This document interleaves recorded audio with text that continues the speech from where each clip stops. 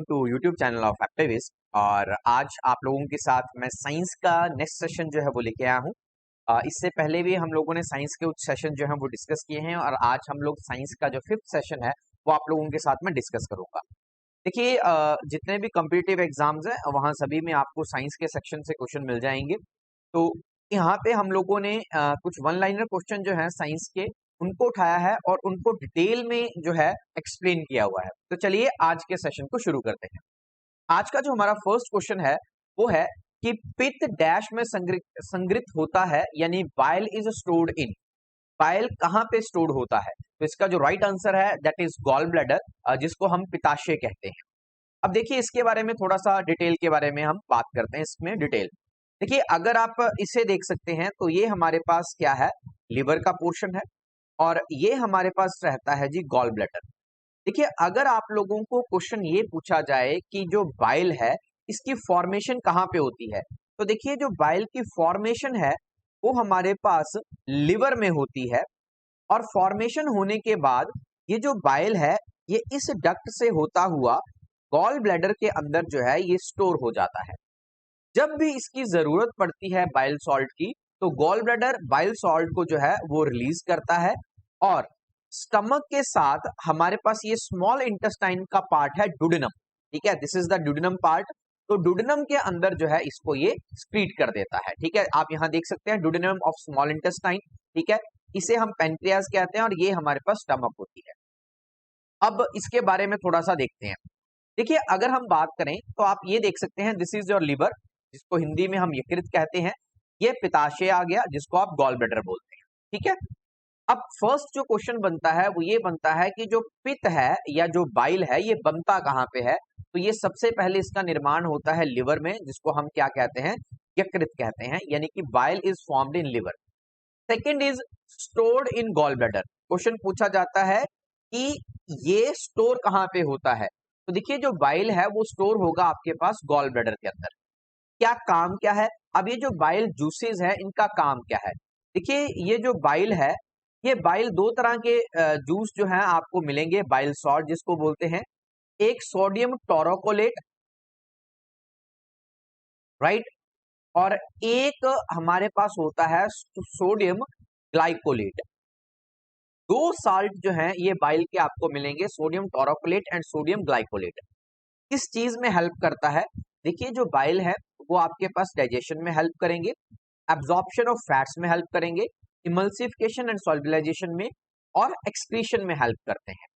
देखिए, होता क्या है, जो हमारे पास स्टमक है हमारी, देखिए स्टमक के अंदर हमारे पास 0.1 नॉर्मल HCl होता है। मैं आपको इसको डायग्रामेटिकली बताता हूं। देखिए, ये आपके पास स्टमक है, जो भी आपके पास फूड आएगा उसको हम स्टमक के अंदर जब वो पहुंच जाता है in the form of bolus, उसको हम काइम कहते हैं। देखिए, जो काइम है ये बेसिकली एसिड नेचर का होगा। अब स्टमक जो है वो तो एसिड नेचर को बियर करने के लिए बनी है, लेकिन जो इंटेस्टाइन है इसका पोर्शन एसिडिक चीजों के लिए नहीं बना है। इसलिए जो हमारे पास ये बाइल सॉल्ट होते हैं इनका काम क्या है जी, एक तो जो एसिडिक चीज यहां से आई है स्मॉल इंटेस्टाइन के अंदर उसको न्यूट्रलाइज करने का, राइट। जैसे यहाँ पे देखिए, आपको यहाँ बोला इमल्सिफाई एंड सॉल्युबलाइजेशन, राइट। तो एक तो ये काम होगा, दूसरा डाइजेशन में हेल्प करेगा, ठीक है, और एक्सक्रीशन में हेल्प करेगा। जो हमारे पास बाइल है वो बना किस किस से है? एक तो बाइल सॉल्ट उसमें होते हैं, फॉस्फोलिपिड्स उसमें होते हैं, स्मॉल परसेंटेज में इसमें कोलेस्ट्रॉल होगा और बाइल पिगमेंट्स होते हैं जिसको हम क्या कहते हैं, बिलिरुबिन कहते हैं, राइट। चलिए आगे देखिए, जो बाइल जूस है, अब इसमें क्या क्या क्वेश्चन देखिए आप लोगों को एग्जाम में पूछे जा सकते हैं। एक तो बिटर टेस्टिंग है, dark green to yellowish brown fluid. देखो ऐसे पूछा जा सकता है, डार्क ग्रीन और yellowish brown fluid stored in gall bladder is known as, right. किसके द्वारा प्रोड्यूस किया जाएगा? लिवर द्वारा प्रोड्यूस किया जाएगा। स्टोर कहां पे होगा? गॉल ब्लैडर के ऊपर स्टोर होगा। इसकी जो डिस्चार्ज होता है ये डिपेंड करता है आपकी ईटिंग हैबिट के ऊपर, या कितने कंटेंट का आपने फैट जो है वो लिया है। जो मेन फंक्शन है, प्रिंसिपल फंक्शन जो है गॉल ब्लैडर का, वो क्या है? एक रिजर्वॉयर है फॉर द बाइल, मतलब बाइल को इकट्ठा करके ये अपने पास रखता है। मेन कंपोनेंट में जैसे मैंने आपको बताया वाटर है, बाइल सॉल्ट है, बाइल पिगमेंट है और कोलेस्ट्रॉल है। बाइल सॉल्ट जो है वो क्या काम करता है, फिर से एक्सप्लेन कर चुका हूं एक बार में। एक तो इमल्सिफाइंग एजेंट होंगे डाइजेशन में एंड एब्जॉर्प्शन ऑफ फैट में हेल्प करेंगे। कोलेस्ट्रॉल और बाइल पिगमेंट को ब्रेक डाउन हीमोग्लोबिन का excretion from the body in the bile, ये इसका काम है। फिजिकल प्रॉपर्टी की अगर आप बात करें तो हेपेटिक बाइल, हेपेटिक जब हम जहां पे भी वर्ड हेपेटिक आ गया, देखिए अगर कहीं पे भी वर्ड आप लोगों का हिपैटिक आ गया तो hepatic is related to liver, यानी हम किसकी बात कर रहे हैं, we are talking about liver. इसके कलर की अगर आप बात करो तो गोल्डन येलो इसका कलर है हमारे पास। ब्लैडर के जो बाइल ब्लैडर की जो पीएच है दैट इज 6.8, इसका कलर क्या है, green dark to yellow, right. Volume of bile produced reaches to 1 litre of bile per day depending upon the body size. तो ये था आपके पास गॉल ब्लैडर के बारे में डिटेल।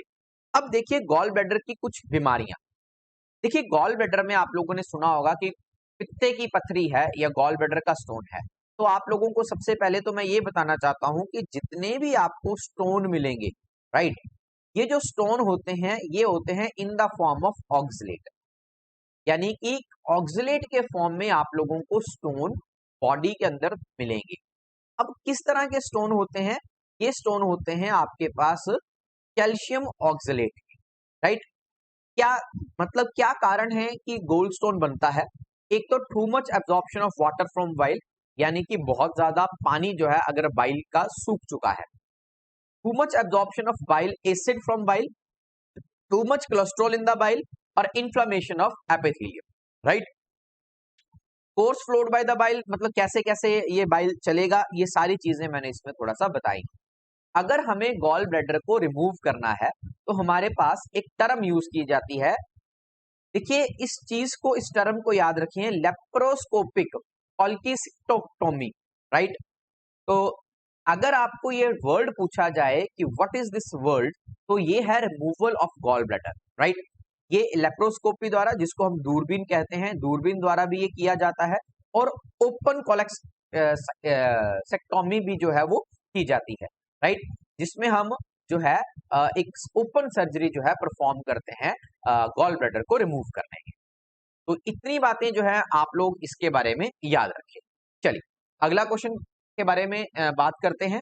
नेक्स्ट क्वेश्चन है हमारे पास, फादर ऑफ होम्योपैथी, यानी होम्योपैथी के जनक किन्हें कहा जाता है, तो सैमुअल हैनमैन जो है he is known as father of homeopathy. इसमें कुछ चीजें आपने याद रखनी है, वो क्या है जी, 10th अप्रैल याद रखिए, 10th अप्रैल जो है वो वर्ल्ड होम्योपैथी डे जो है वो मनाया जाता है। और किनकी याद में मनाया जाता है, सैमुअल हैनमैन की बर्थ एनिवर्सरी के रूप में ये मनाया जाता है, राइट। 2021 की अगर हम थीम की बात करें तो वो थी homeopathy the ultimate green medicine.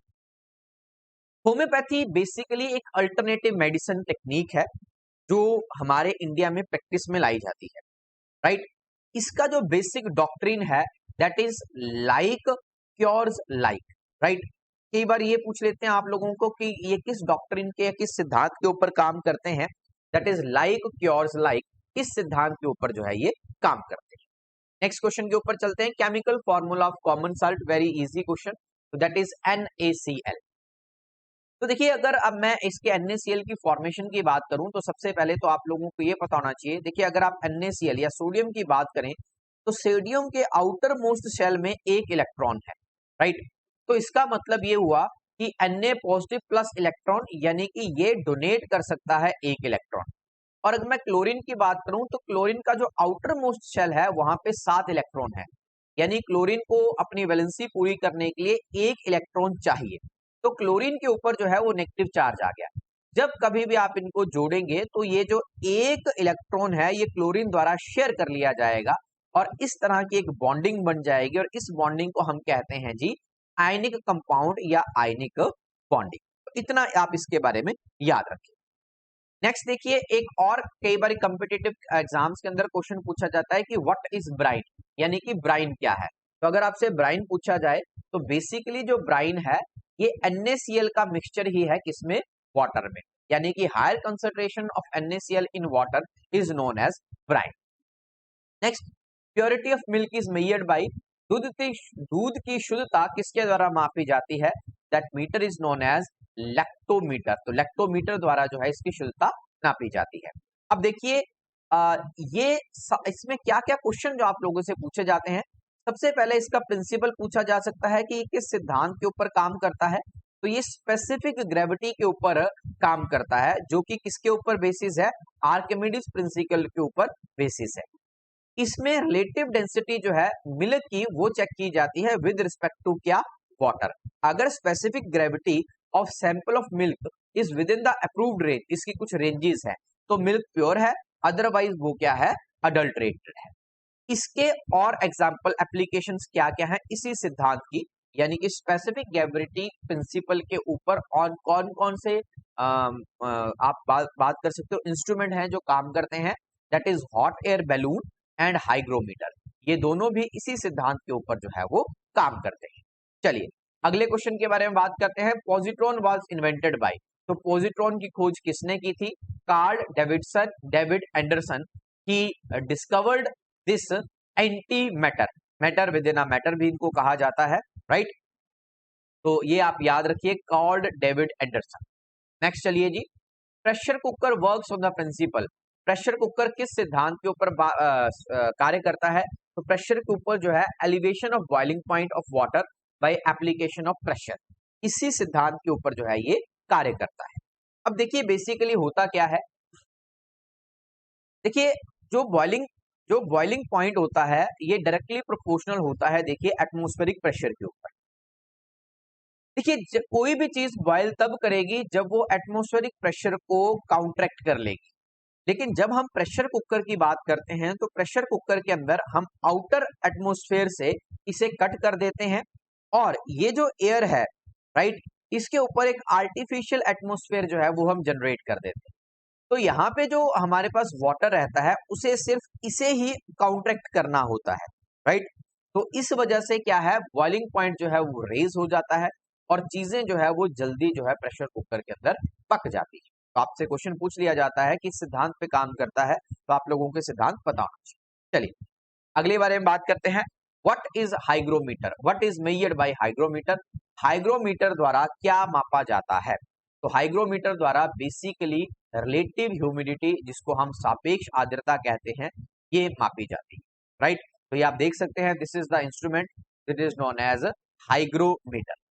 Relative humidity की अगर आप यूनिट पूछे, कई बार ये पूछ लिया जाता है कि किस यूनिट में इसको मेजर किया जाता है, तो एक्सप्रेस्ड एज परसेंटेज। तो आप याद रखिए रिलेटिव ह्यूमिडिटी को परसेंटेज में नापा जाता है, जिसकी कोई भी हमारे पास यूनिट्स नहीं होती है।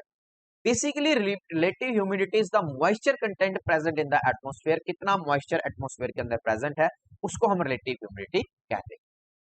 नेक्स्ट क्वेश्चन चलिए, purest form of carbon, carbon का शुद्धतम रूप क्या है, तो right answer is your diamond. तो diamond is a purest form of carbon.